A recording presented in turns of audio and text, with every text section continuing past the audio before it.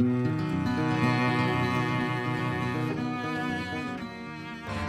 get hot and our liver gets stained when we saddle up and ride 'em in the pouring rain. Sooner or later, gotta cut you down. He's gone country.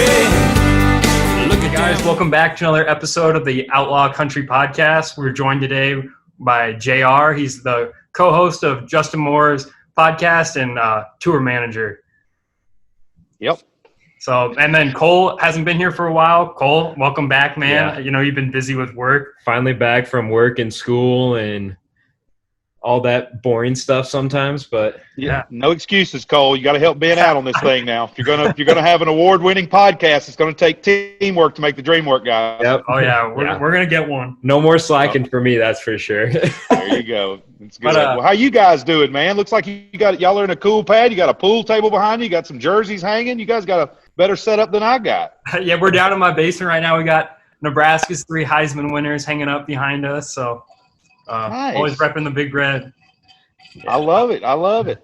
And We you're never. I'm a diehard Alabama guy, and we don't really have a whole long history. Definitely since I've been alive. So I got no hatred towards the Huskers. So you're all good. You're all good in my book. back in the day, Devaney and Bear Bryant, they used to play all the time, and Yeah. those were a heck of games. Oh yeah.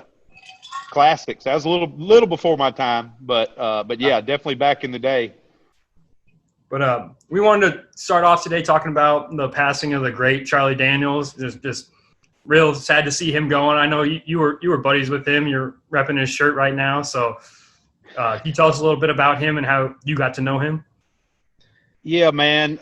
Charlie Daniels. I mean, what can you say? We call him Uncle Charlie because once you met him once or twice, that's just how it felt like. It felt like one of your great uncles, like your grandma's brother or something. You know, it was just. He just exuded this wisdom and he was so cool, and he didn't have to show out he just was cool. He didn't have to do anything to be cool. He was just cool. And when he would talk to you, his voice was just so cool. And obviously the music he put out, I mean, won Grammys, you know, with Devil Went Down to Georgia. And then even before that, he was a session guy. You know, he played on 3 Bob Dylan records, all recorded in Nashville. He played on Ringo Starr's Buku's the Blues Nashville record, which Ringo just had a birthday. Yeah, he played on that record. He wrote a song that Elvis cut. He has a Elvis cut as a songwriter. So, I mean, he's just so accomplished, way more than just the hat and the country guy that a lot of people know about through, you know, TV and movies, because he was in a gajillion of those too. Yeah. He was a big Western fan. His favorite, I mean, you heard him talk about Louis L'Amour all the time. That's the guy who wrote all the Westerns all over those years, the most prolific Western book writer of all time, or author of all time, I should say.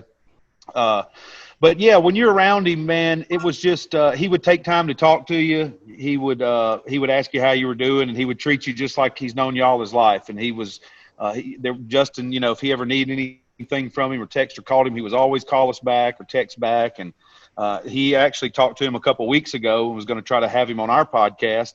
And he said he'd love to, except for he couldn't figure out to get the Zoom machine working. So he tried to do it he had tried to do it for a family reunion or something, and he couldn't figure it out. But he said if he ever could, he would love to come on. So he was going to get a rain check, and unfortunately we didn't get to cash that in. But he left enough on me and most people he ever encountered to last a lifetime of memories. And you know, there's still some.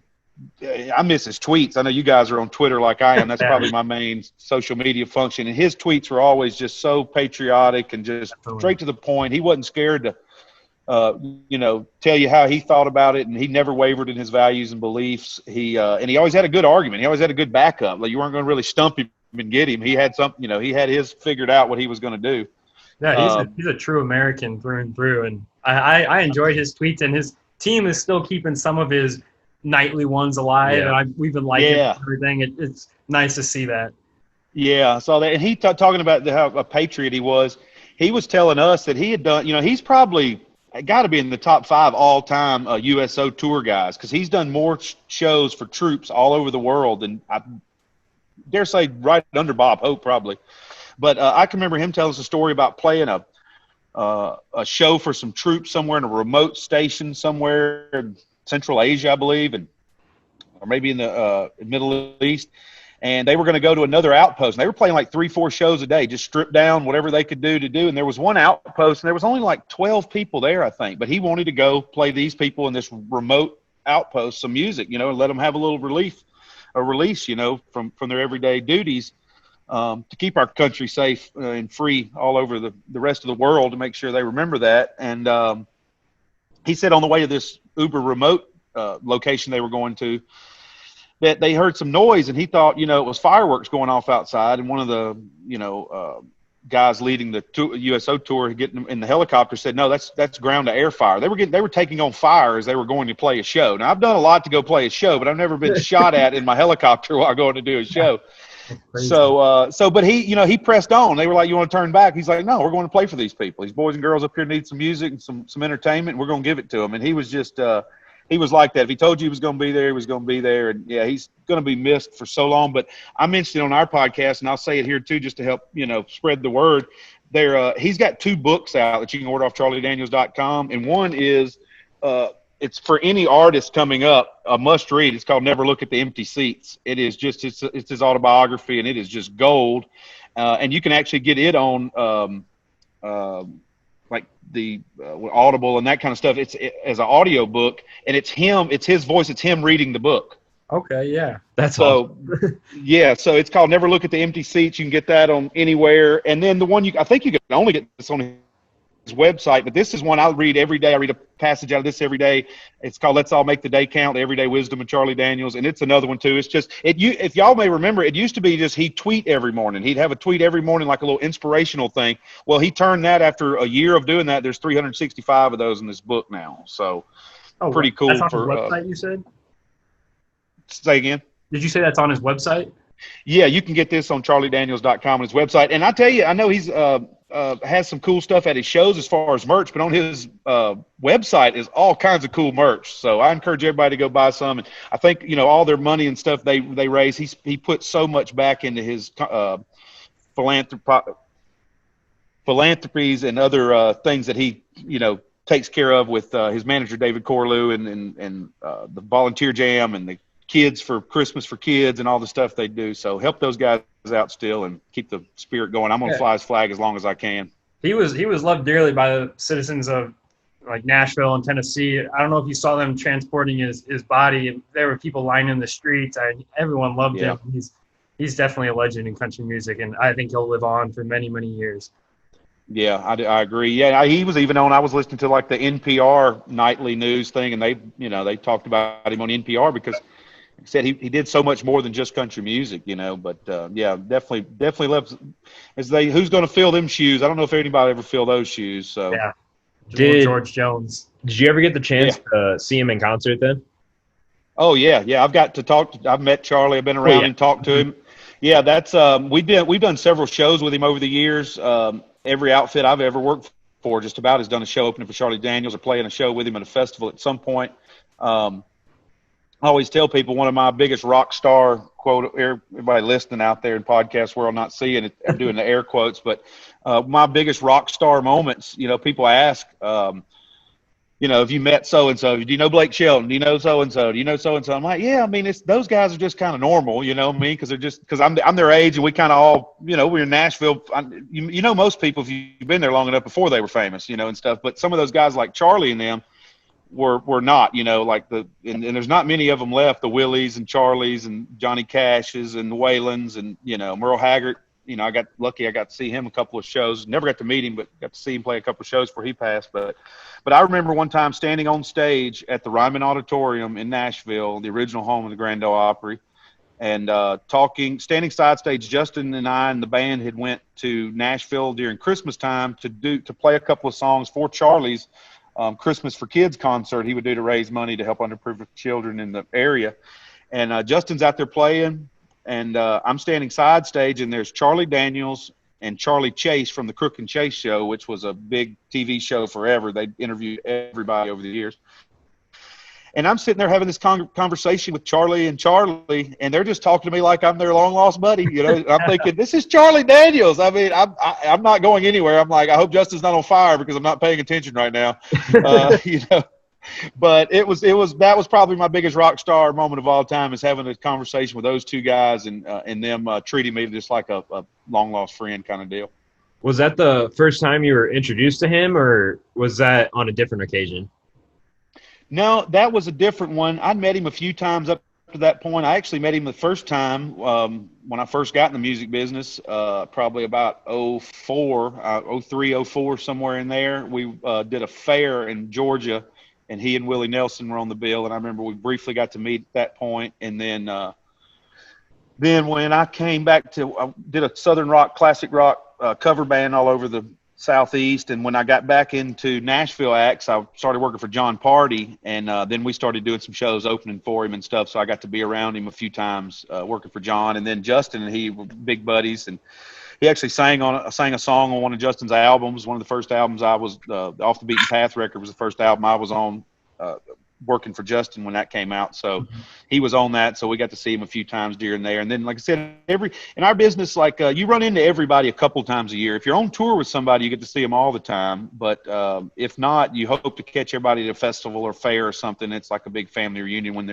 and those are cool because there's usually, 2 or 3 stages, 5 or 6 acts on each stage. So you get to see a lot of people, the younger guys, the older guys, the current stars, the whole thing. And yeah, so I've got to be around him a few times, and not enough though. And then at the Opry, I got to see him a few times at the Opry, and you'd always recognize his bus. He had a maroon bus, Lady LaRue, same bus he always had, so. Well, how did you become, like, get involved in the country music like you are today? Is that something you kind of grew up knowing you wanted to do, or what sparked that? I know you're a big country music fan, but I mean, it's just such a cool job. I just wonder how you got that. Well, yeah, well, thanks. Yeah, it's like anything. Some days are better than others. But no, I grew up liking all types of music, to be honest with you. My granddad obviously always had country music playing. I was born in Jackson, Mississippi, and I grew up outside of Montgomery, Alabama. So I was right in the middle of country heaven, really.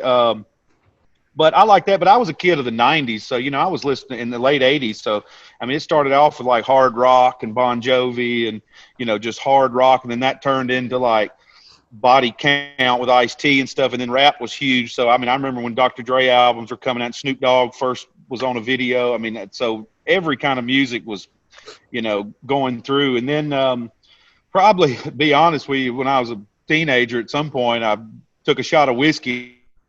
Junior came on the radio kind of automatically, and then it was pretty. So that was kind of it. I always liked country music, and JR, can you repeat that real quick? You cut out. I'm sorry. Oh, sorry, guys. No, you're good. I was just saying that. No, I like I was saying, I liked all types of music growing up, and until mid-teens, and then sometime around junior, senior high school or somewhere, we're on a dirt road and somebody passed around a bottle of brown liquor and we did a little swig of that. And it was like instantly, as soon as it touched my lips, Hank Jr. came on the radio, and, then it was all my rowdy friends are coming over tonight from then on out. And it was just, and then I just kind of fell into it after that. I actually went to college at Troy State University. Troy University now, it was Troy State when I was there. Yeah. I started there in 1998. And, it was in a fraternity, and there was a lot of different types of people. Every kind of music was played at all our parties and stuff. And like I said, I liked everything. And then I ended up running into a guy late night at a party and then after party. And he was a singer songwriter from the area that was pretty popular. And his name was Wayne Mills. And he kind of talked me into getting into the music business. And when he talked to me about it the first time, he said, you ought to come be in the music business. And I was like, yeah, I ought to be an astronaut too. I mean, I'm from Central Alabama. How do you get in the music business? And he was like, well, just come up to Tuscaloosa next week and sell some T-shirts for me. And that was pretty much it. That was a Sunday, and I went to Tuscaloosa on a Tuesday, and I think I quit college about the next Tuesday. And that was just kind of it, man. And he was more of like a Charlie Daniels type figure. He was like a Southern rock country kind of thing. It was like redneck hippie type stuff almost. So I just, I thought I was going off to be in the Allman Brothers. I was like, hey, we're about to live the dream, about, almost famous. And that was kind of it. So I really just kind of fell into it, and then realized that it was a necessity because all these knucklehead band guys out here couldn't take care of themselves without somebody wrangling them and roping them and keeping them straight. So they needed me, and I got a cut, and I'm driving the van. Here we go. Well, what are you on tour? What are your and when the show is going on? What are your main jobs? Like, what exactly do you do? Do you plan the tour, or exactly what do you do? Yeah, no, it's a team that gets all that together. You know, I obviously have some input because I've got to execute a lot of it, and Justin's one of my best friends, so we just, you know, you get to influence it some that way. But no, pretty much I do all the logistics, the advancing of stuff, talk with the promoter, the venue, make sure we're going, make sure we got hotels and flights. And, you know, I work side by side with our production manager, Jeff Oliver. He takes care of all the technical side. And, you know, just keep everybody in motion. You know, a lot of times the job is just make sure everybody else is taking care of theirs. And if they're getting kind of steer that, you know, talk to the, you know, get everybody, make sure everybody's working, moving forward for the common goal. But then, you know, once we get out on the road, you know, a day is, you know, making sure everything's where it needs to be, making sure everything's on time. And then during the show, most time it's just bartender. It seems like, but if you were just watching from afar, but it really, I'm checking a million things. I'm making sure the security guards where they're supposed to be. I'm making sure, you know, I'm making just since in lieu of recent events the last few years. I mean, I'm scanning the crowd looking for anything out of the ordinary, anybody looking funny. I mean, you know, that kind of stuff. And then obviously I got to go make sure we get paid, you know, making sure the band guys are good and everybody's, you know, just oversight more than anything at this point. But that's because we have a good team. Before, you know, I have been a one-man band as far as a crew side, and that could be more when you're driving the van and you're setting up the gear and you're running front of house and you got to get, you know, and you're selling merch. You know, do all those at once is pretty tough. But I'm lucky now. We got a great team around us. Great. So I think kind of the next thing we wanted to ask you about. So obviously we're the Outlaw Country podcast. Is there any like favorite outlaw country artists that you have, like either past or present, that you are like a big thing for you? All of them, really. You know, like you guys, man. I mean, up with it. You know, yeah. I mean, the standards, obviously, the Highwayman Waylon, that kind of stuff. You know, you guys, Omaha, you've been waiting on my mind. I was actually listening to that earlier. I've been listening to that, and you know, that record. That Honky Tonks Heroes album, that's all Billy Joe Shaver songs. Oh, he wrote all those songs. Yeah, every one of those. You know, something else before I forget, going back to Charlie, and I meant to mention this earlier. I know I listened to one of y'all's shows the other day, and y'all were talking about y'all like Stapleton song 26. You know, that's a Charlie Daniels song. Is that's that on really? a Charlie Daniels album. Yeah, go. Was it 26? I'll send you the link to that album. Damn, I guess I didn't know that. I thought that was all. I thought that was Stapleton. Yeah, that's a Charlie Daniels song off one of his albums from the early '80s. I'll send you guys a link when we jump off. I can't remember exactly what album it is, but yeah, that's on a Charlie Daniels record. Yeah. Well, so I got a question about the Honky Tonk Heroes. Is that I wasn't alive back then, obviously, but I've been trying to buy that album on vinyl because I love collecting vinyl, and it is like crazy. The prices for them are crazy for the Honky Tonk Heroes. Is that like one of Waylon's most famous albums, or is it a rare album, or what's the deal with that? It's probably his most sought after album because it's got a lot of the standards that people know him from. But I can tell you, I remember it wasn't that long ago. Well, it sounds like to me it wasn't that long ago, you know, 10, 15 years ago. I can remember going around Nashville. You get records on certain days for $0.25 and 50 cents. Like it was not a thing. Everybody was not collecting vinyl. And I remember when it started changing, and I'll be like, "Where's the 99-cent bin?" They're like, "We don't have it anymore." And I'm like, "What do you mean?" And then I'm like, "Y'all want $5 for this, you know, Ray Price record? I mean, y'all got 4 of them. I've already got one, but I'm just saying. I mean, not that it's not worth it, but I mean, like I bought the same one from you guys last year for $1. So I remember when all that went down. The vinyl getting up. So I don't know. Yeah, you probably do. And it's because everybody's wanting it, you know, it's the supply and demand thing, I'm sure is the reason, but it wasn't that long ago you could get one. And, now, you know, probably got to pay for it until something changes. There'll be something else change and it won't be cool again, except for to us. Cause it's always cool to us. Yeah. The old souls will always like it. Well, yeah. Okay. Absolutely. So you mentioned the 99-cent albums, the vinyl records. This guy got me hooked on the vinyls about a month ago or so, and now it's like I haven't been able to go to any record store and like search through any bins or anything like that, but I'm addicted already. Yeah, Like my Oh, buddy's yeah.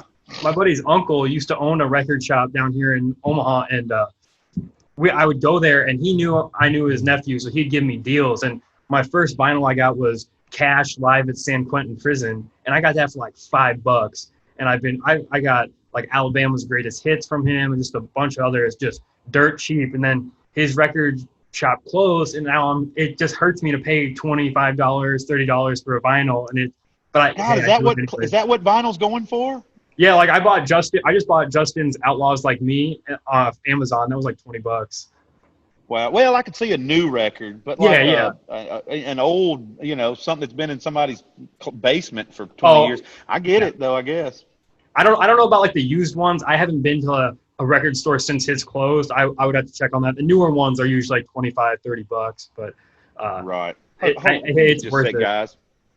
Lola, come on, sugar, lay down. My dog's over here whining. It's raining outside, it's storming here in South Alabama. Lola, come say hey to these boys in Omaha. Oh, hey guys. Is that a black lab? She's half black lab, half boxer. She's all sweetheart too. She's my little cupcake. I got everybody. Get down, sugar. I say, yeah, he's got labs. I got boxers, so that's perfect. Oh, really? Oh, Yeah. I love it. Lola, go lay down, Shug. Go lay down. Go lay down. I got to finish. Go lay down. Lay down. Lay down. She does it. She's good for a while, then she gets hectic. When me and Justin record, I'm like, if you don't quit, go lay down. Down. It's no big deal. We love dogs here. I say my boxer is the exact same way. Second a storm hits, she lay down. She has to be right next to you. That's what I'm like, honey. I'm here. We're not going anywhere. Her mom's at work, so she likes us a lot. Since this quarantine thing, everybody being home all together all the time, I don't know if it's good or bad because now I think she's gotten used to it. But like we were talking about, you like outlaw country. Do you listen to some of the newer, like quote unquote outlaws? Like I know you said you were buddies with Jamie Johnson. Do you listen to like Cody Jinks, Tyler Childers, or Ward Davis, White Morgan? Those.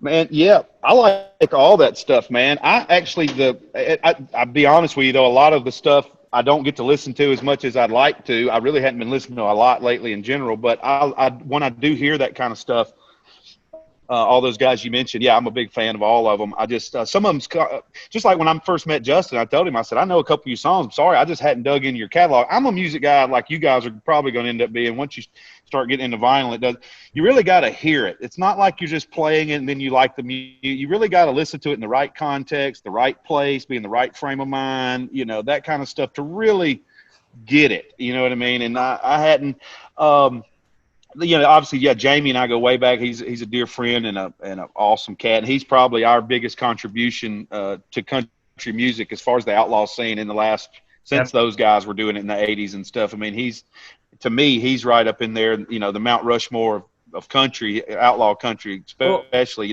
he's right there with Willie and Waylon to me. Didn't Jamie, I don't want to get the story wrong, so stop me if this is incorrect, but didn't he say he kind of was walking out of the studio or something and he like slipped on ice and hit his head and it kind of prevented him from, because he hasn't released much music in a while, and he's saying that since he hit his head, he's been having trouble writing songs. Have you heard that before? I haven't heard that. I'm not saying it's not true, but I haven't heard that. I thought I read that somewhere. I have heard. I'm not sure.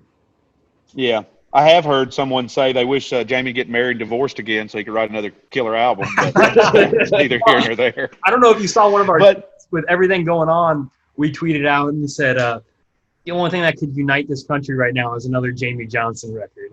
I think that's what we need. His tour manager is one of my best friends out there in our touring world. He's probably my first call if I had to call somebody to help me. We call him Wally. His name's Blake Harris. But I told Wally that when this all first started, I said, please tell me this is going to give Jamie some time to go write a record. The world needs a new Jamie Johnson double album, or triple album, whatever he's got. But I'm sure he will. He's got to have some stuff in the case there to come out at some point, I'm sure. And yeah, he's so good. But like you said, a lot of those guys you mentioned, and there's a lot of good young guys on the way up. Yeah, I've got to see actually at a Jamie Johnson concert. I saw Cody Johnson and Cody Jinks open for Jamie. That sounds South Haven, glorious. Mississippi, a couple years ago. Yeah, and that's the first time I met Jinks and Cody Johnson. And then obviously later Cody was out with us on tour. But they were both great. And then, one I've been listening to, and it's kind of like it's going back to that. I like all types of country. There's some people who don't like that. Like I like the Tom T. Hall and the hokey kind of country too, and the kind of goofy type stuff. But I also like the stone cold, country. So one that's kind of more progressive lately that I've been digging is Paul Coffin. Oh, that's Cole's boy. That's Cole's Absolutely. I boy. like me some Paul Coffin. Yeah, his stuff. I don't know him. I've never met him. We have the same publicist, and I was going to actually go to a show in L.A. several months ago, but something happened. I didn't get to go. But yeah, big Paul Coffin fan. Mhm. And a lot of those Texas guys. I got a dear friend named Adam Hood who's a Texas singer songwriter. Well, he's from Alabama, but he's out there a lot. And his stuff's really good. And Cody Johnson, man, that's a show there. Cody Johnson's a heck of an entertainer, man. He put on a show every night when he was on tour with us. Well, I mean, A lot of those guys are. Oh, I'm sorry. Go ahead. I didn't mean to interrupt. No, please go ahead. I'm just saying, like, he'll be outside. Cody Johnson will see him at festivals, and he's still rocking the pearl snap starch jeans, just sweating, but he's jumping off the stage, jumping around. I mean, that dude is so good live. I've seen him 3 times. One of them was with Justin. Yeah. And, Cole was there too. We saw him play in Omaha. Yeah, we saw him play with Justin. Nice. And he was wearing the same thing in January that he wore in August. Yeah. At an outdoor concert. And it's just, he is such a great long sleeve, pearl snap, buttoned up. He's got sleeves. That's part of it. He's sleeved up, tapped. Yeah. So I'm sure He's that's a common real knowledge. cowboy. He used to be riding bulls and everything like that. So I love that. Yeah, and he's great. He's tour manager Jackson, his whole band. They've got a great team over there. But I actually, the generation before all those guys was more of the people I ran with from the red dirt outlaw alt country scene from that world. When I was coming up with Wayne Mills, we were playing a lot of shows with Jason Boland. We played a ton of shows with Jason Boland. He was their whole outfit was one of our best buddies. Kevin Fowler, Roger Krieger, Stoney LaRue, Blue Edmondson. Just all those guys. Cross Canadian Ragweed. I don't know if you guys ever heard of them or remember them. That was Cody Canada's band before Cody Canada departed. So all that Texas scene stuff was really good. And then in Nashville too, obviously some of the stuff that gets played on the radio is not everybody's quote unquote countryest stuff to me, but that's just my opinion. That's just what I like because music's art. I just put this disclaimer out there. This is the way I look at it. Music's art, and it's the soundtrack to our lives.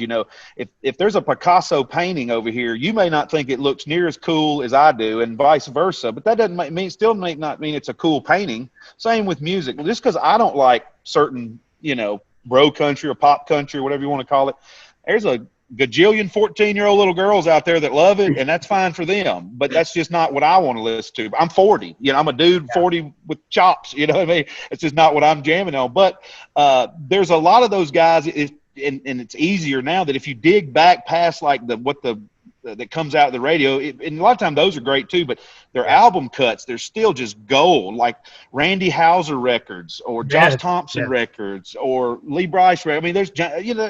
There's so many good albums out there that maybe you just got to skip past the one that they end up putting out as a single.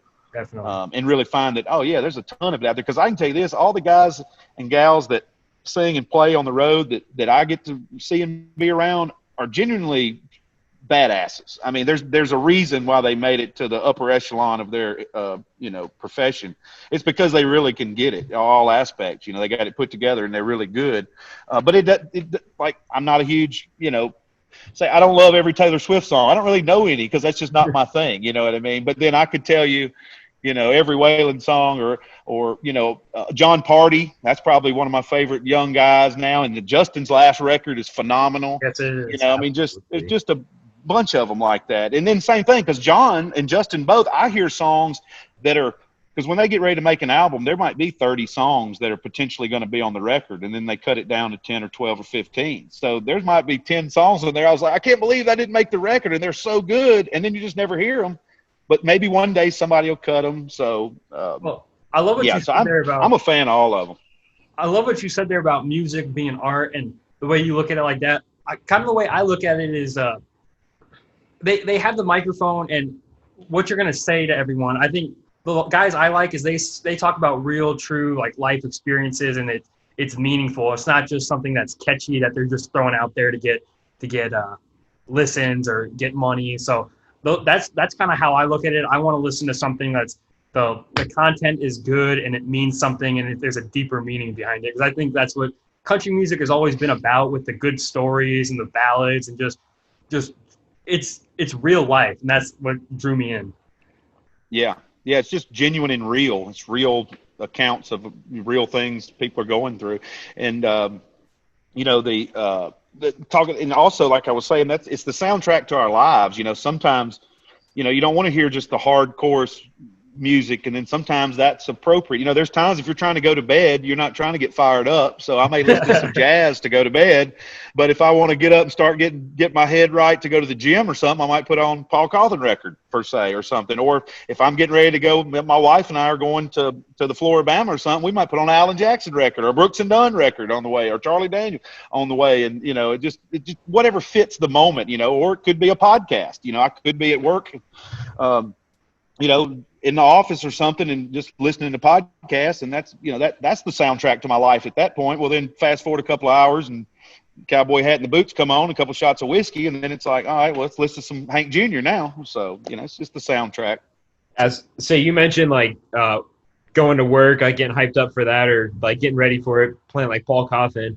So I mow for a living. I mow on a golf course, and lately it's just been like Paul Cawthon, Mike and the Moon Pies, and just all these other incredible artists. And it's just like, I just sit on the mower, and that's how I get through it, is just listening through all their music and everything like that. And then, listening to your guys' podcast too. Right. Yeah, just whatever fits in there, and I know I'm leaving out a ton of other guys, as far as the current scene. But that's good. There's so many of them that are doing well and successful, and that they've got good records. And Mike Ryan, saw him not too long ago. He opened for Riley Green down here at the Floribama, and talked to him for a while. I love his stuff. Riley Green's another young guy on the way up that I really like. We love Riley Green here. That dude's keeping country music on the radio, and everything he makes, I love it. I'm a big fan of Numbers on the Cars. That's a great song. That needs to get more radio play. But gosh, he's darn good. I'm sure you guys are sure proud of him down in Alabama. Absolutely. Yeah. And Grandpa's Never Died. I mean, that might be one of the best songs. And I mean, that's got to be in the top something of all time to me. Because that's the perfect country song for me. I just got that 45 of his from my record player. So I'm nice. playing that one a lot.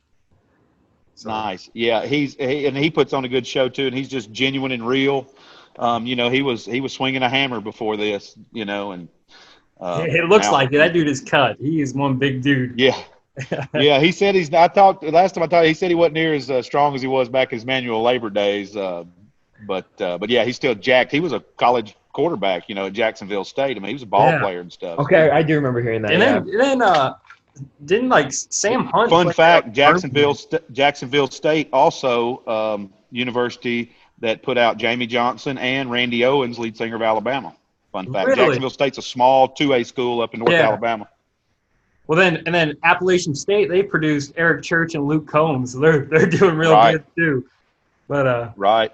All right. I think the straight from high school guys are still winning though, as far as the country music. Definitely. Hank Williams, and that's talking about outlaw country. Before we go any farther, being from Alabama, Hank Williams Sr. He's from Georgiana, Alabama, and he actually used to vacation on Lake Martin, which is where I grew up in central Alabama. And I actually grew up 2 miles from Kalijah, where the song Kalijah, the Wooden Indian, is still there. Yeah. I mean, so I'm from actually the community of Kalijah. So the apex of all what's known as country music or classic country music to me all starts with Hank Williams, and then, the Ernest Tubbs and all them, but, that kind of stuff. But well, do you keep up with like today's Red Dirt? Do you listen to a lot of the guys down there? Because I know when I talked to you the other day, you wanted to talk a little Red Dirt country music. So are you just like the older guys, or do you keep up with the new stuff?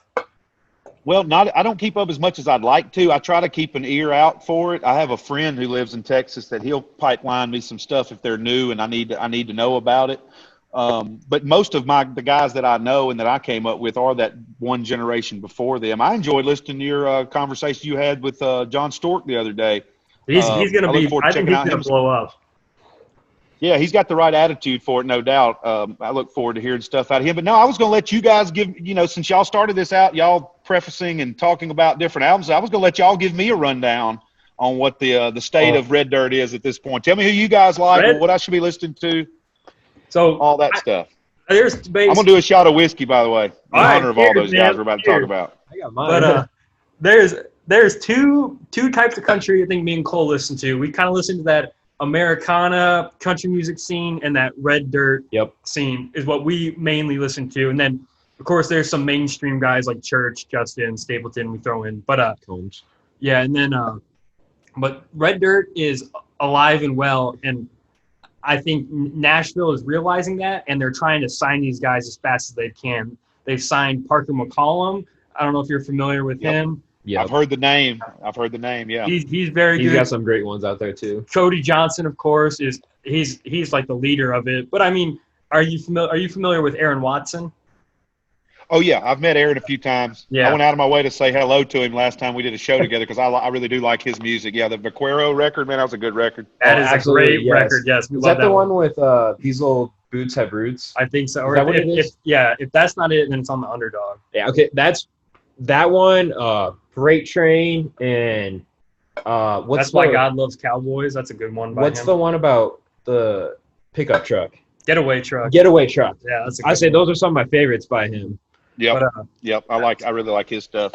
Absolutely. Some other guys that I don't know if you've heard of yet that you should definitely check out for Red Dirt, or I can text you this one when after the podcast too. Is Randall King is one.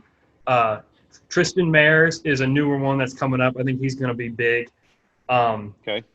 Josh Ward is big. You have any others? Does I've heard those names fall into that category? Yeah, I said Tristan Mares. Tristan Mares. Oh, okay, yeah. Tristan falls into that category. He's fantastic. Darlin and his new one that came out a couple weeks ago was One Day is fantastic. Yeah, let me pull up my playlist. I'm not forgetting any guys. These are like the guys that you have to listen to. I got a ton of Cody Johnson, a ton of John Wolf is one big one out of Texas, and I've heard Kyle the name. Park. Yep. So Kyle Park. Yep. Yeah. These guys. Yeah, I've heard of all these guys. Like I said, I just hadn't had a chance to dig into it, but I'm glad we're talking. That's why I want to keep the conversation going because I definitely need to stay on that and dig them out. So yeah, if you don't mind, text me that list when we get. Yeah, honestly, it's very similar. I think to what Justin Moore makes. There's maybe is a little more slower, not as upbeat as Justin's songs, but I think lyrically their Red Dirt scene is very, very good. And those are just some of the guys that and Cole is a big fan of. Curtis Grimes is a big one coming out of Texas. There's a bar I remember I was telling you about on the phone that a lot of these guys came through and played at, and that's kind of how I hear about them. But there's Texas. I think there are, like I said, two different types of country music coming out of Texas, and both of the types me and Cole listen to, that Americana and Red Dirt. Because coming out of Texas, you also got Mike and the Moon Pies. Are you familiar with them? I know the name, and I've actually downloaded that album, the one that's that they're Gary doing Stewart? all the Gary Stewart songs. Yep. Yeah, because Gary Stewart, he's on our guitar player Roger Lee Coleman. Yeah, we listen to that. We listen to Gary Stewart every time we drink on the bus. He's one of our go-tos on the band bus is some Gary Stewart. I say Mike and the Moon Pie is some I've really been on a heavy rotation of lately. And one of the things I did was pre-ordered their Touch of You Lost Songs Gary Stewart album for my new record player. And I'm just counting the days till that gets here. I say I am so excited. I love that album. And then I love the song that they did with Midland. The lead singer of Midland did a Smooth Shot of Whiskey. That's the name? Yeah. It is a fantastic song, and that whole album is so good. And give them a listen for sure. They're just like Midland. They're like a more Texas Midland. They're very old school, but a very polished sounding country band. And their music is like Steak Night at the Prairie Rose. Just you sit down and listen to that song and just follow the story. First time I heard that song, I got chills. It is a great song. Well, yeah, and the first time you introduced me to that song and to Mike and the Moon Pies, we were heading to Grand Island, a small town, Nebraska, going to a Cody Jinks concert. It was our going to be our third attempt to see him, right? Yeah. We failed twice trying to see Cody Jinks in concert. He passed out, Dang. and one got rained out. Yeah, he passed out on stage. He got vertigo. Yeah, and then the second time got Ooh. rained out. We're like, okay, we're trying to go all the way out to the like 2 Central, hours, like Central Nebraska. yeah, 2 hours outside of like Lincoln to see him play at the Nebraska State Fair. And Ben's like, hey, you got to check out this song. And it was Steak Night at the Prairie Rose by Mike and the Moon Pies. And it just tells this incredible story. And then ever since then, I've dug into all their albums. Like they had the one that they recorded at the. Oh, yeah. Their album before this Gary Stewart one, they recorded it at Abbey Road Records, where the Beatles recorded Abbey Road. Oh yeah. And that Wow. album, they dropped it it was a surprise album. They just dropped it. Didn't release anything. And that is a heck of an album. Cheap Silver and Solid Country Gold. It's so good. It's something I love listening to. Still Sounds waiting like to my get that career. one on vinyl. Cheap Silver and classic country music. That sounds like my career. I love it. That's all that. But then the other guy, I'm usually a silver and turquoise guy, you know, but at home I'm in the sports attire. But yeah, I try to draw from that too because, yeah, all those guys, man, that's great. some other guys out of that Americana scene in Texas, you've already mentioned Paul Coffin is one of them. Yep. Cody Jinks, and then one guy I found, he's out of Texas, is I went to a Coulter Wall concert, and the opener was Vincent Neil Emerson, and he's became one of my favorites, and he's out of Texas too. So there's different types of music coming out of Texas, country music coming out of Texas, and I'm thankful for it because it's my favorite types of music. So I know you said you've been listening to a lot of Paul Coffin. Are you listening to his like newer album or some of his older stuff? The gospel album, and then the Room was the last one, the Room 41, that latest record. I mean, I've got them all, and I'm kind of weird about music too because I'll find something I like and I will wear it out. I'll listen to it so many times in a row that I'm like, all right, I got to take a break, and it may be a year or two before I get to go back because I will literally just wear something out till I don't want to hear it anymore. But all of his stuff basically, and then I want to give you guys. First off, I love y'all's passion. I love that there's young guys y'all's age still passionate about outlaw country music because I always was. Even when I was y'all's age and I was in college, they had this. That was when Kazaa and the Napster and all that stuff was going on. So you could literally download all the music you wanted for free anytime. Just go on your. This is before all these MacBooks and laptops. This was your big old computer in the hallway. But I could stay up late at night and drink. Once I first started working for Wayne, and we would go do a show with, say, Jason Boland, which you hear me say that a lot, but that's one I don't know. You guys listen to Boland? You know who I'm talking? I know you know who I'm talking about. I know the name. I don't know many songs by him, but I know the name. Yeah, I'm kind of the same way. Yeah, The name sounds familiar. One of the godfathers of that whole scene. Got to go back and listen to him and Kevin Fowler. I mean, those are, and Roger Krieger. Some of those guys they were right there, with the Brandon Jenkins and the Stonies and all those guys when all this stuff, when the term Red Dirt first popped up. So go back and listen to some I'll send you some links to some of his stuff. But forgot where I was going. You're talking about like some of the guys you were listening to back then, some of the Outlaws, I think. Is that where you were heading? What were we talking about? I lost my train of thought. Sorry, guys. No, I was saying I'm sorry. The whiskey ain't working anymore. I was just saying, no, I love that you guys have that passion because when I was in school, I did too. But what I could do is we'd go do a show with one of these guys, and I'd get back home on a couple of days off, and I could go to my computer, and literally at this point, you could go on and find, I'd put in Jason Boland, and then it would say, and then you could go to influences, and it would name their influence. You could click on it, and you could go find so many records. Like I would find like Jerry Jeff Walker, like live records or like uncut stuff or like outtakes. I mean, you could find anything anybody could upload to the internet. They were uploading it, so you could just go through this. I mean, you could go as crazy as you wanted. So I would start with Boland. At the end of it, I'm listening to this Lefty Frizzell stuff because I'm listening to his influences, and it all. So I was going up and down the tree. So I was just eat up with it. So I'm glad to see that you guys are too, and I hope you guys will continue the tradition and make this podcast as something sustainable for you guys and keep going because it's encouraging to know that there's still classic outlaw country fans out there. And on the same note, to all these artists that are still keeping it alive and keeping fans and new fans coming along, and people and old fans like me still interested in it. So I love it. Absolutely.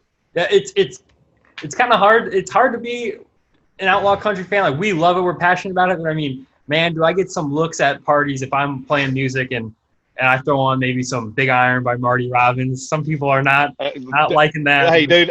You know what? I don't know. Are you guys? Neither one of you guys. Obviously, you're in college. I hope you're not married yet. You need to be concentrating on your education. No, we're in college.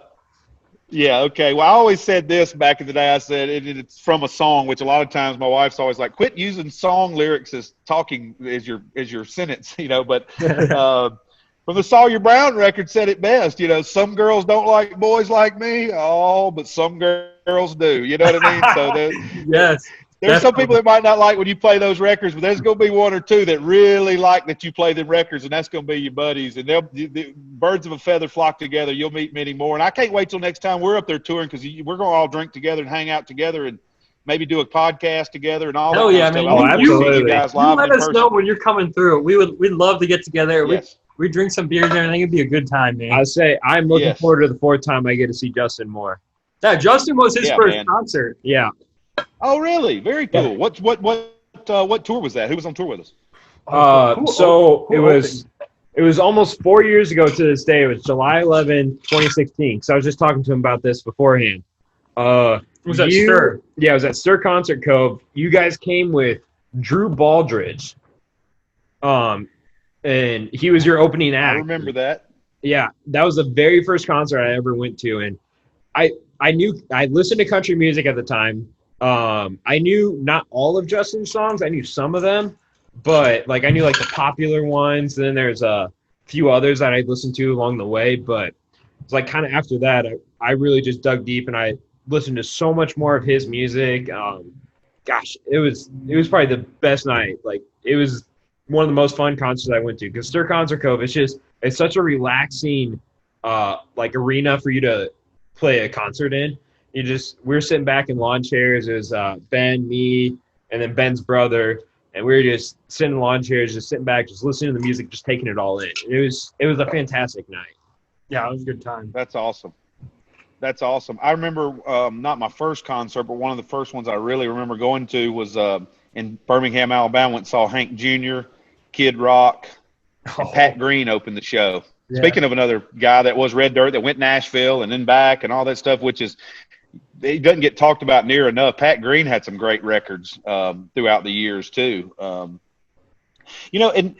to go back to something before I forget again, talking about the seeing people, hearing stuff before, you get to hear it. Let's talk about, you guys mentioned Midland. I remember when they're on the same record label we are. So I can remember when our some of our A&R people, they know I'm Stone Cold Country, so they were like, man, I got these guys I want you to hear. So they played me some stuff which never was released. It was some stuff from bars they were doing at the time. And I remember thinking, yes, this is it. And then I met them a few times since. I really didn't got to hang out with them much. We've only done a handful of shows, but they were always cordial to each other. I don't know them like buddy or nothing. Party's good buddies with them, but they had some stuff on that album that the guy from the record label was playing for me. And I'm like, God, this stuff's so good. And it never got out. And then I remember the first weekend I worked for John Party before I was Justin's tour manager. Yeah. And the first weekend I went and worked for Justin, our opening act was Stapleton. Oh my God. Are you kidding? Yeah. And dude, no. And we're playing 2 outdoor venues in a row. We're playing outside of Coyote Joe's, which is a huge nightclub, Roadhouse Honky Tonk in Charlotte, North Carolina. And I can't remember where the next show was, but both shows were outdoor shows in the parking lot of the club. We weren't doing really club shows. Justin was, we were doing bigger than that at that point, but we were doing outside the club in the, a makeshift amphitheater kind of deal. Yeah.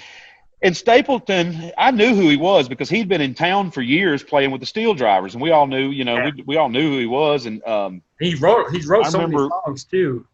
Oh yeah, I mean, so many songs. I mean, I don't even know how many, but a ton of songs that you hear other people sing. A lot of them were Stapleton, especially in about a 5 or 6 year period there. He was just churning them out. But I remember telling Justin, I was like, dude, we got to go listen to this opening act. And a lot of times we try to, but meet and greets and other things get in the way and stuff. But we try to go always listen to whoever's on before us. So we got out there. We were going to sit and listen to one. We sat out there the whole show. That guy was so good. Then the next night, same thing. But I was going with that is he played 4 or 5 songs that never made it to any of his albums that were just absolute gold that I'm hoping to do at some point, but just never made it. Have you heard him? There was one. Have you heard him on Joe Rogan? He's told him he's got like 1,000 songs written that I'll record them. It's like I'm waiting on that next album. Yeah. Like there's a rumor like it's done already. There's a rumor that his next album is already done because there was some podcast going on and this artist was talking about, I forget, he wasn't a country artist, said he couldn't record his album because someone was in there mixing Chris Stapleton's music. So that's kind of saying that it's the new one's coming.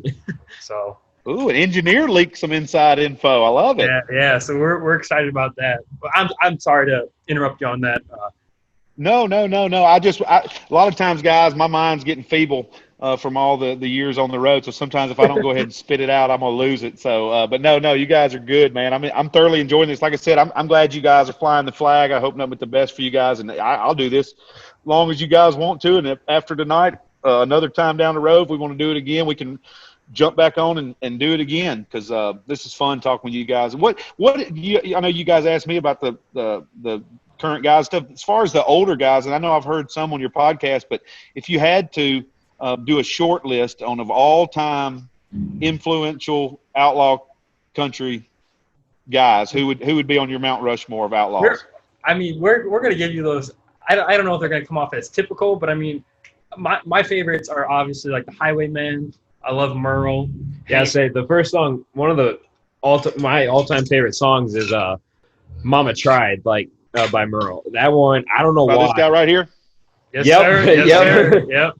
That one just stuck with me, and I've heard it like so many times, and every single time it's just like listening to it the first time.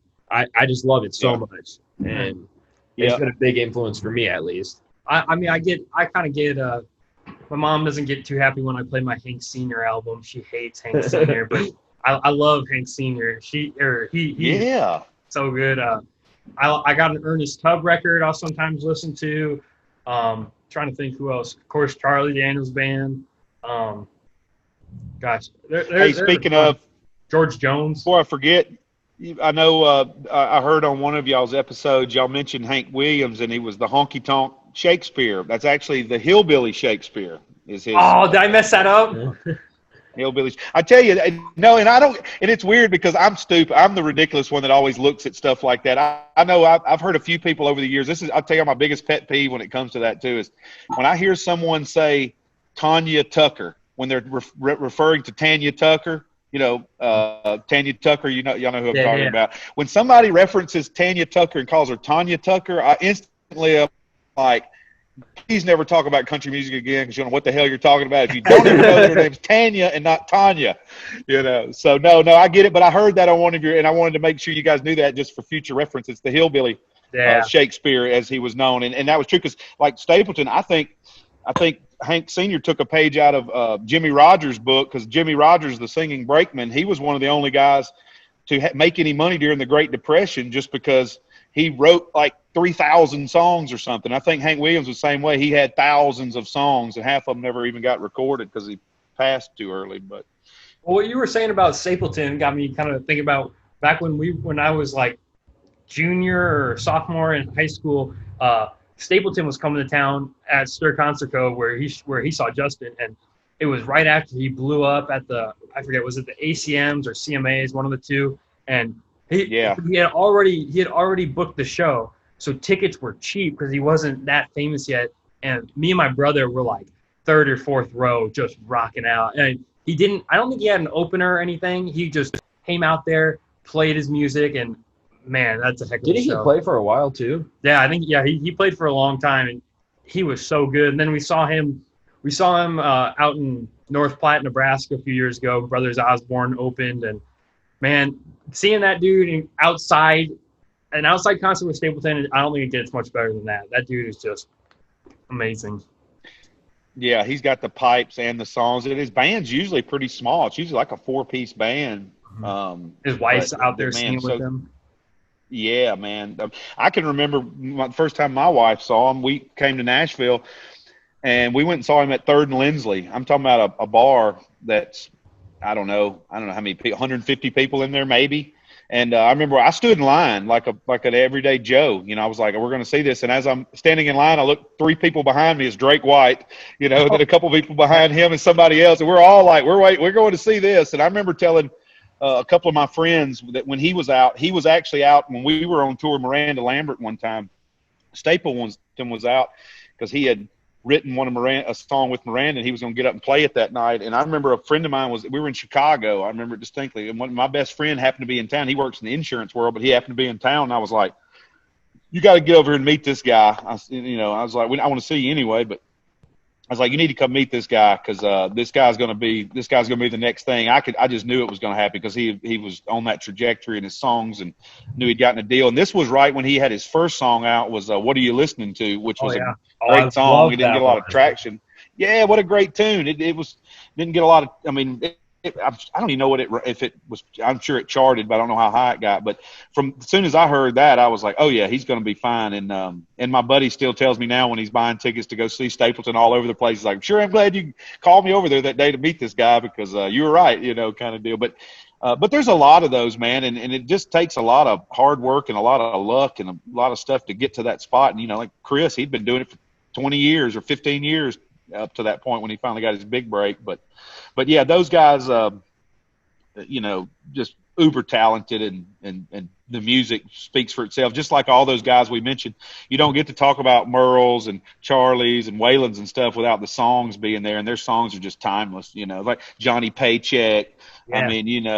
Colorado Kool-Aid. Yeah, all those stuff. That's just going to live on forever. The Ernest Tubb stuff. Even some of the, like I said, Billy Joe Shaver wrote a lot of Waylon hits. But then, Townes Van Zandt, he passed early, but he had to be in the fold for that. And then there was the Steve Earles. Yeah, Keith Whitley. And then, like Steve Earle kind of flew the flag because a lot of outlaw country kind of turned into more like Southern rock country stuff, like Hank Jr. And I would dare say Hank Jr. is probably, in my opinion, the greatest entertainer of all time. I know Elvis and Michael Jackson, whatever, but for me, if I was on a deserted island, Hank Jr., just because he did so much. I mean, he had so many records that were anywhere from standards to jazzy to, rockabilly to stone cold country to, he did so much. And he has to be on the Mount Rushmore of outlaw country to me.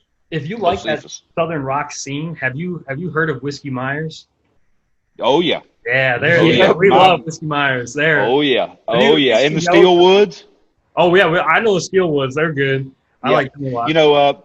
Our buddy Rowdy Jason Cope, he was in Jamie Johnson's band for a long time. He's the guitar player for the Steelwoods, one of the founding members of that outfit. Yeah, and Whiskey Myers, I really like their stuff, man. That's definitely a Southern rock type thing. Oh, absolutely. But in the country vein. And that's the thing with Southern rock. I was talking with all our band guys recently. We hung out at a lake up in Arkansas, and Southern rock covered so much ground because it could be country sounding, it could be rock sounding, it could be like Leonard Skinner was Southern rock, but it was kind of classic rock sounding. But then Marshall Tucker Band was country sounding, and Charlie, and then there was jazzy type, Atlanta Rhythm Section was more like jazz fusion sounding, progressive, stuff. So that covered a lot of ground. I think that's kind of what outlaw country morphed into. Was alternative country, alt country, the red dirt scene, Southern rock, and then now just Americana. They lump it all in as Americana, which I hope we get some Americana radio stations across America. Because that'd be, I know I heard y'all mention one time, the radio stations, which I love radio for what they do, but there's just going to be a handful of songs get played over and over, and there's not a lot of diversity as far as the channels. You're going to have a rock channel, a rap channel, a adult contemporary channel, and a country channel. They don't vary, but I wish we had an Americana channel. But yeah, going back, I drifted, but your original question, yeah, Whiskey Myers, my big brother in my fraternity, Jimmy Turney, he turned me on to them. He is a huge Whiskey Myers fan. Him and his wife travel all over to see them, and yeah, I've got all their records, man. Yeah, they're really good. Yeah, Whiskey. Have you seen the show Yellowstone? Have you seen that? No, I know about it. I've been meaning to start it. Justin said it's phenomenal, but I hadn't got a chance to start it yet. And Taylor Sheridan, who makes it, he is crazy about country music, and he brings these guys in that me and Cole love, and he puts their music in the show. Like Whiskey Myers, they showed like a little honky tonk bar, and the band playing in there is Whiskey Myers. And very cool. Yeah, they got like Coulter Wall in the background music, or maybe some Cody Jinks, Whitey Morgan. I mean, Taylor Sheridan, he knows his country music, and he's made Hell or High Water, Sicario, Wind River. He's a really famous director or writer. I don't know exactly what he is, but he is crazy about country music. Well, yeah, one of the other cool things about that was they had the song by Zach Bryan. Oh, yeah. Are you familiar with Zach Bryan? So, no, I can't think of where he's. You know where he's from. He's in the military. I think is he in the Army or something like that? He's in the Navy, and he's been posting these like really raw videos of him playing guitar and singing on YouTube, and he just blew up like crazy. People were posting about him because he sounds a lot like Tyler Childers, and he dropped an album called Deanne, which is his mom who passed away, and the album is phenomenal. There's almost no editing. I don't think there is any editing.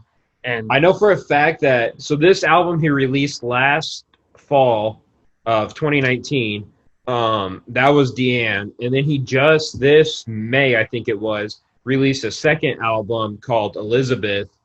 And that one I know for a fact that he said he did the entire recording with all his buddies in a barn, no editing whatsoever.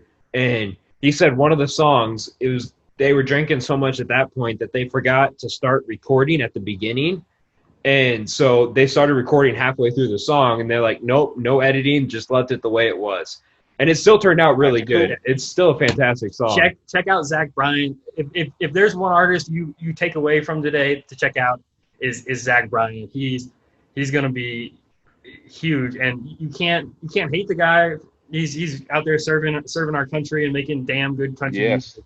So absolutely. Thank you for your service, Zach. Yeah, I look forward to hearing that. Hey, guys, y'all got time? I'm going to go grab another beer if we're going to stay on for a minute. Y'all good with that? Yeah, go grab another one. We probably just got a few more questions. I don't want to keep you from your night. Dude, I'm good, brother. I kind of cleared my schedule for this. I love talking, and especially during quarantine stuff, I hadn't got to, usually Justin and I are on the bus every night watching YouTube videos of Hank Jr., and that'll turn into Waylon, and we do that every night. We hadn't got to do that in almost 4 months. So this is awesome for me. So yeah, if you guys don't mind, I'm gonna grab another cold beer. Yeah, go grab another cold one, man. It's all good. Thank you, buddy. I'll keep talking to the people. Gosh, so hey, yeah, another one before I bounce out. One to think about, and a similar thing. They recorded on like a 4-channel recorder back days. Hank 3. Yeah, is Hank 3 outlaw country or what? I mean, those records are hardcore. Hank's other son's making country music too, but yeah, Wham Bam Sam. I hadn't got to meet him yet, but I've heard good things about him. All right, well, JR goes and gets another beer. Me and Cole will keep talking. What have you been listening to lately, man? Okay, so there's one thing I wanted to mention because I don't think we talked about it since your last podcast with John. Mm-hmm. Eric Church came out with the new song. Oh yeah, Stick That in Your Country song. I love it. I want to hear your thoughts. I think it's good. I love how he gets so pumped up during it, and it's just hard rocking country music. And it's like JR was saying, it's kind of got that rock infused. It could go both ways. You could say it's rock, you could say it's country. So I heard it on the radio today, so it must be doing good. The day it came out, it was 1 or 2 weeks ago now. I can't remember. I think it was 2 because that's when I was going to Taylor. Yep. It was. I heard it on the radio that day. It was on Cat 103.7 here in Omaha. Yeah, he's like one of those guys that goes against the grain and really does whatever he wants and puts out whatever he wants, and it usually does pretty well. So yeah, I'm excited for that album to come out. Like you said, how it kind of mixes between like rock country. The part where he's talking about like he's in the car, he wants to pound the stomp the like gas or something like that. Yeah. And I like that part. It's always when I'm in my car, and it's just like it's exactly how I feel like driving right point. And then obviously I like the end part where he's talking about the teacher. Yeah, we got teachers in the family. She's underpaid, she's overworked, and come on, man, shout one out to her. Mm-hmm. Well, I like that because obviously I plan on being a math teacher. Oh, yeah. So, I'm right there with it. I love it. What are you drinking there, JR, since you're back? Man, I've got my nice Adam Hood koozie here that I got when I ordered his vinyl off of his website and got it. I'm drinking an Omission, which is a gluten-free beer. I know that sounds whatever. I'm chasing it with I'm chasing it with Maker's Mark. So I mean, life's about balance, boys. Yes, it is. But no, I started. I have a friend who he's become like my health and wellness lifestyle guru, Diamond Dallas Page. He was a pro wrestler back in the day. I mean, you guys are a little too young, but DDP, Diamond Dallas Page, he told me one time that I need to get on the gluten-free beers because my belly was too big, and I agreed with him. So I'm trying the gluten-free beers, and I found just like anything, you got to find one you like, and these are really tasty. So now I've kind of gotten to where I'm not even really trying to do the gluten-free thing, but now I just like these beers. So win-win, right? Yeah, I'm just drinking what's ever in Ben's fridge. So yeah. Oh, I was there when I was you guys' age. We were doing Natty Light, which was Natural Light, and the Beast. Which was Old Milwaukee's Best. We drank a lot of Beast. Oh, Old Milwaukee. And PBR if we got fancy with it, you know. Okay, so right now I grabbed a Budweiser. It's either that or PBR. PBR was a tall boy. Bud Heavy's. I was like, the PBR Yeah, was a tall Bud boy. Heavy was my go-to for years. That's the red and white can. You cannot go wrong with a Bud Heavy. That is probably the best beer on earth, pound for pound. If I had to go with like the Hank Jr., if I was on a desert island with one person's catalog, it'd be Hank Jr. If I had one limited or unlimited supply of beer, it'd be Budweiser. There you go. That's respectable, right? Yeah. I'll throw it back, JR. There you go. Well, so we're talking about classic country, boys. We got to do what we got to do. What was it like being in Justin's music video? We were watching that earlier today. That looked like a hell of a time. Oh, man. Yeah, we had a good time. It was, a little drinking going on that day. We had just come back from a show, man. We had did a show the night before somewhere, so we wake up on the bus that morning, and it's time to go to work. And those music videos, they only last 3 or 4 minutes on the video, but, I mean, that's 18-hour days sometimes, 18-hour days you put into getting that stuff done. And it was awesome, man. Justin's great. I've actually been in a couple of his videos. I was in the Motley Crue video. We did Home Sweet Home. And, I have that on my playlist. Yeah, just briefly. And then I was in a couple of John Party's music videos. Back on the Back Road's probably the most famous because I got my shirt off and I'm dancing on the boat. It's pretty ridiculous. But another day drinking session. They always swooned me by making sure I got plenty of Crown Royal or whatever the drink of choice is. But no, Justin's was cool this time. Because it was shot at his house in Central Arkansas where he lives. Yeah, that's his place in Central Arkansas. And our last tour was sponsored by Mahindra Tractors, which is Roxor, which are those quote unquote Jeep looking trucks we were in. Those are all from our sponsor. And Mahindra, the big red tractor he's on, that's Mahindra. They gave him that tractor and stuff. And so we shot at his house, and that's his mom in the very beginning, asking him why he drinks so much. That's really his mom. Isn't that bar in his house? Yeah, that's in his pool house. That's the bar in the pool house. They just built their house about 3 years ago. Before this, they lived in a neighborhood outside of Little Rock, just pretty normal neighborhood, subdivision house. And he bought his granddad's land, and they built their forever home out there, he and his wife, with some help from a lot of our friends in the area that helped him with, different types of materials and stuff they needed. So they got 4 kids and a bunch of dogs and an extended family. So, and he actually bought the land his granddad lives on. So, on the outskirts from his house, you could see his other granddad's house, his mom and dad's house, his aunt and uncle's house, his cousin's house, his uncle's house. So we were there, and a lot of those people were in the video. Most of those people in there were all his friends. There was all the people that his daughters play softball with, and the people he went to high school with, and their friends and family. So all those people partying were actually real friends and family. There were no actors for this one.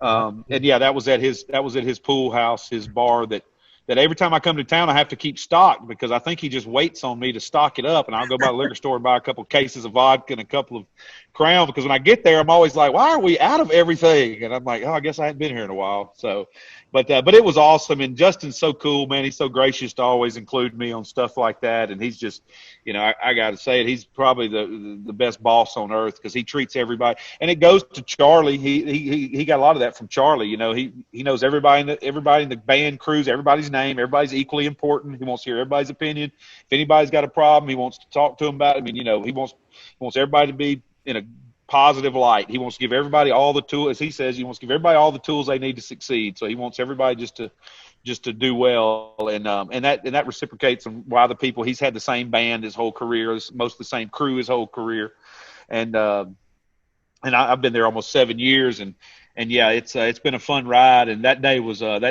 icing on the cake, because that sure was a lot of fun. Like I said, being a little under the weather when I got up that morning, I had a couple of day drinks, and then we're riding through a field doing donuts. I mean, how could you not be in a good mood, you know? Well, what are some of your favorite John Party songs and favorite Justin Moore songs? Oh, wow. Well, I'll start with Justin. The first one I knew him from was Beta Hook. It's probably my all-time favorite. I mean, I got to go, just if I had to just pick one out the whole, to just because everybody will know that one. And fun fact, that was just a top 20 record. That wasn't even a number one. I think it ended up at 15 or 16. But that's still one of his biggest songs he plays every night. And I just love the lick to it. I love the story to it. And I could actually remember being backstage at the CMAs one year with John Party and Thomas Rhett, and we were going to go. They have a little bar. If you're sitting down there, you know, in front of the stage, you have a little bar at the back you go to get drinks in between stuff. And we were back there waiting to get a drink, and I guess these two guys didn't have their wallets, whatever. And they were like, "Hey, we don't have our IDs. You think we'll be okay?" And I'm thinking, "Yeah, sure. We're in the artist section. You guys are up and coming country singers. Sure, we'll be fine." I'm like, "You're Red Aiken's son, and you're John Party on Capitol Records. Yeah, we're gonna be fine." And then about that time, I look up in front of me, and it's Justin, of all people, and I see him throw his hands up. Now I know he does all the time. He got turned down. I guess he didn't have his ID, so they turned him away from getting a beer at the CMAs.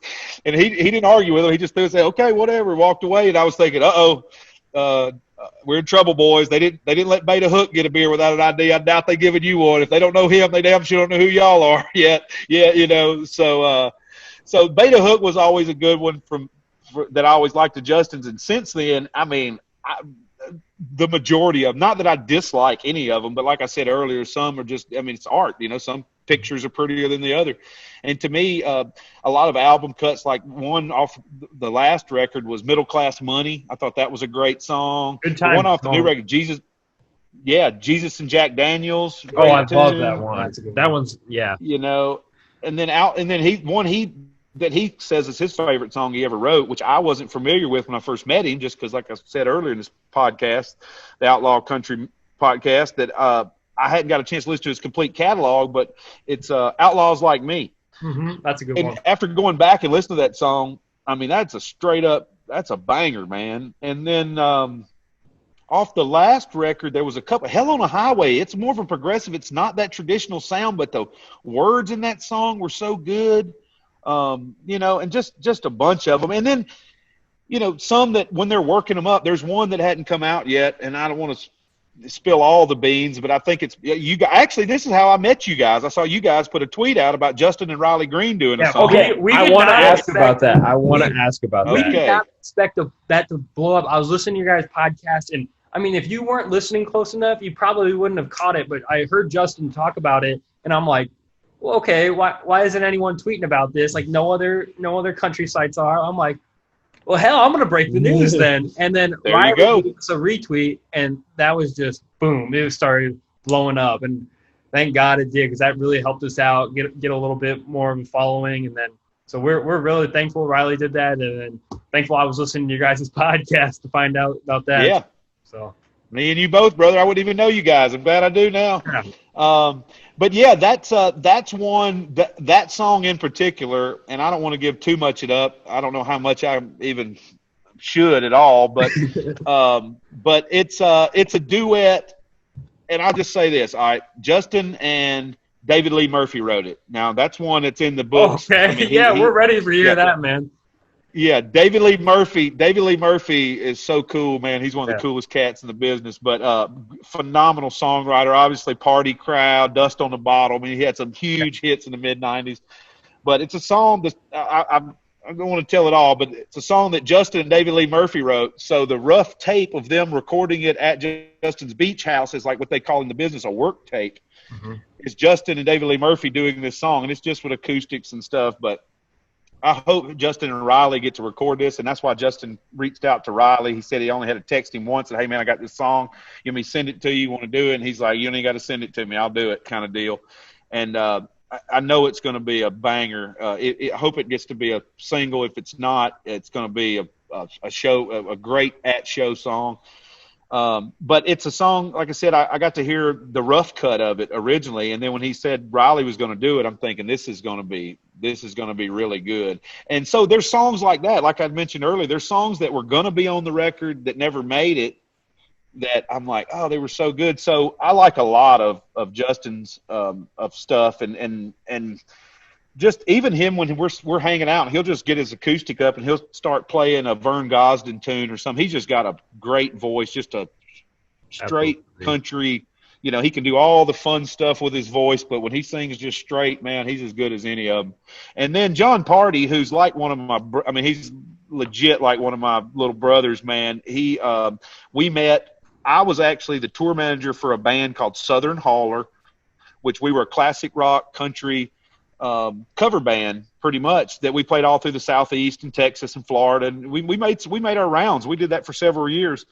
And a lot of those guys in that band had been with Nashville acts before we put this band together. And it was pretty much me playing the role of manager, tour manager, record label, all that. We didn't put out any albums, but we were self-promoted, and we were going around, and we had some originals and stuff and some lineup changes, but it was a solid group of musicians always. And those guys end up getting a call somehow. I don't remember how it worked out. They played a thing. John was playing guitar for his then girlfriend on some bar band showcase or something. And then our bass player at the time got a call from a friend of a friend to go play it. So long story short, John's first band was Southern Hauler. So John hired me, the band, the trailer, the van, the whole thing as a package deal when that band ended up being his showcase band that got him a record deal and stuff. So I literally been with John since before he had a manager even, and stuff. And that's, that's why we go back to that links and we still talk on the reg. And his lead guitar player, Terry Lee Palmer, which when you want to talk about outlaws, Terry is an outlaw. He's like me. He's semi-retired, but it's still in there. You know what I mean? He's raised enough hell to last a lifetime. But I was best man at his wedding last year and stuff. But John, I saw come from the way up, and a lot of John's tunes that I really loved were off those early records that didn't get a lot of airplay. He only put a couple of singles out, and they just never took it took him a while, which kudos to his record label for sticking with him through several albums until it connected. But I knew from the crowd I remember telling my same buddy I told he needed to meet Staple, and I'm talking about my best friend who lived down here, Josh Grice, my college roommate, like you guys. He was my college roommate. He's my best buddy still. His children are my godchildren, But I remember telling him, I said, this is one you got to listen out for. Shit, I forgot where I was going with that. Sorry, boys, I did it again. Oh, you're all good. Are you going to edit? You going to edit this down some? I can try to. I'm not the best with that. If you listen to the John Stork one, I'm not too good at it. But it's okay. That's okay. Hey, that's all right. As long as I know where we're at, we're good. Oh, I like the rawness, so this is fine, man. I enjoy talking with you. We don't have too much more time left. I just wanted to ask you probably one more thing. Who are your biggest friends in country music? Like you said, you were best friends with Jamie Johnson, Justin Moore. Like who else are you real good buddies with? Maybe they're not even the singers, but like maybe managers, or who are you good buddies with? Yeah, man. In our genre, most everybody were buddies, and that goes back to where I was going. I'm sorry I lost my place there a second ago. But talking about John's definitely one, and his guitar player Terry and Lee and his band and those guys.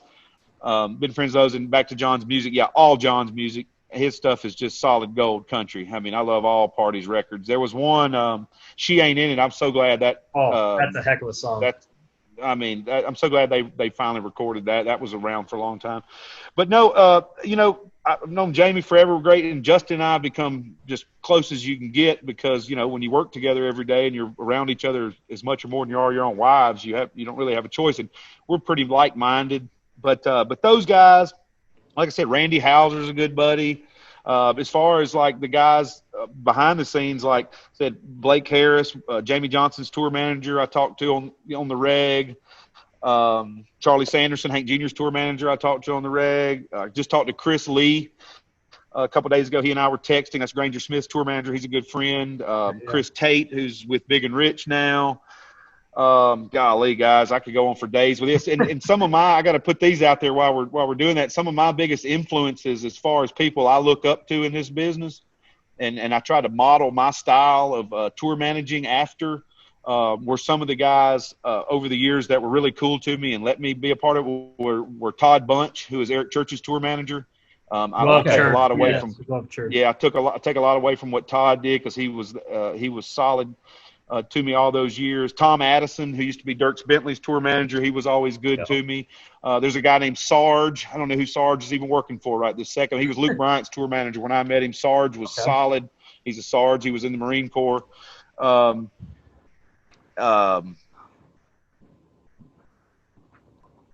Dang, sounds like you're one popular guy, man.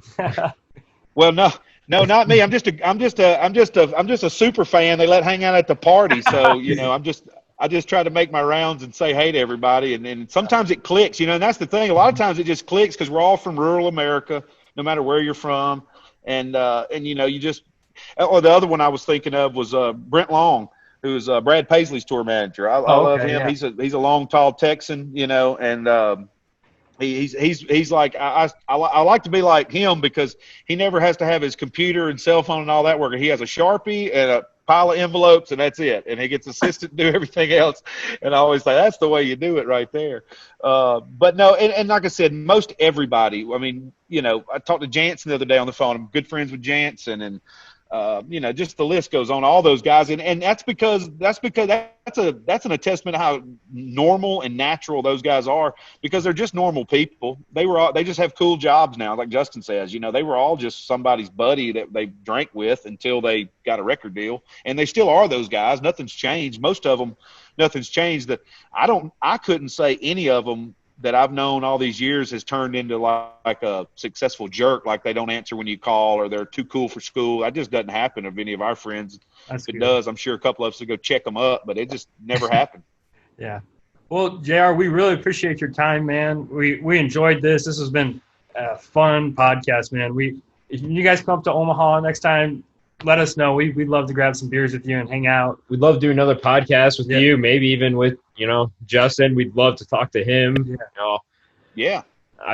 Yeah. I'll see if I can drag him on next time. He's at softball. He's playing a triple header tonight. So that's his thing with those kids, man. He's busy. And he's still got my little godson, South, is 3. So, I mean, he's still got one in diapers. So he's just busy. But, yeah, I'll try to swing him to getting on. And anytime you guys want to rap with me, man, you just let me know and I'll make time for it. And, I think definitely a couple months from now or whenever, just let me know. We come back and do this a review once we're back on the road and once we're doing some shows and stuff. And when I get up that way, we are definitely hanging out. Hell come high water. We're all hanging out together. We're going, absolutely. I'll bring some vinyl. Y'all can show me what you guys got. We'll swap some. I've got one bin. I've got a bunch of vinyl. I've got a bin over here of stuff I've got doubles of. So I might take some pics, and if any of this stuff you guys want, I'll send it to you. Oh, like wow. I would appreciate it. Pay much for it. Yeah. Thank you. I'm just part of my collection. So, you let Justin know if you have to drag him on. One of our family members married. He used to be a former wide receiver coach for Arkansas Razorbacks. So me and Justin could talk football when he comes on. So that'll help. He's a huge Razorback fan. I'm from Alabama, where people are eat up with Alabama and the other school, Auburn. But I've never seen anybody like him. He is eat up with it. And I'll do that, guys. Yeah, Justin was in Omaha for the College World Series last year watching the Razorbacks play some ball. So, I mean, when you guys come to town, let us know. We enjoyed this so much. It means a lot. It helps us grow. So we thank you so much. We appreciate that. Yeah, It's been a fantastic time talking to you. It's been super fun, and I enjoyed the hell out of it. Yeah. That's for sure. Thank you. Thank you so much. Absolutely, guys. Yeah, man. Thank you guys for having me. Like I said, let's do it again sooner than later. And shoot me those names of some people I need to be hearing from, and I'll shoot you some back, and we'll start that little thing going. And like I said, I'm really proud of you guys for doing this and taking the initiative and time. I know you guys are busy trying to do school and life and everything else, but keep it up. Sincerely, man, keep it up, because this is what's going to inspire somebody else to do one and somebody else to do something they didn't think they could do. And once you guys are once you guys are rocking this thing on the big level, you're going to look back and say, God, I'm glad we got together and did this, and Ben and Cole could get together and not one or the other, and we could do this thing together and tag teaming, and then who knows, guys, you may make a career out of it, and then I may work for you guys one day. Who knows? Yeah, I promise absolutely no more slacking on my end. That's for sure. There you go. Well, I love it. Well, thanks for having me, guys. And if you don't mind, I'll plug that. Yeah, everybody please tune into the Justin Moore podcast when you get a chance, but only after you've plugged in and listened to the Outlaw Country podcast. First and There you foremost. go. Thank you. Well, you have a great night, JR. Thank you so much. You too, boys. Raise hell and slang gravel. All right. Thank you. You too. See you, boys. Bye.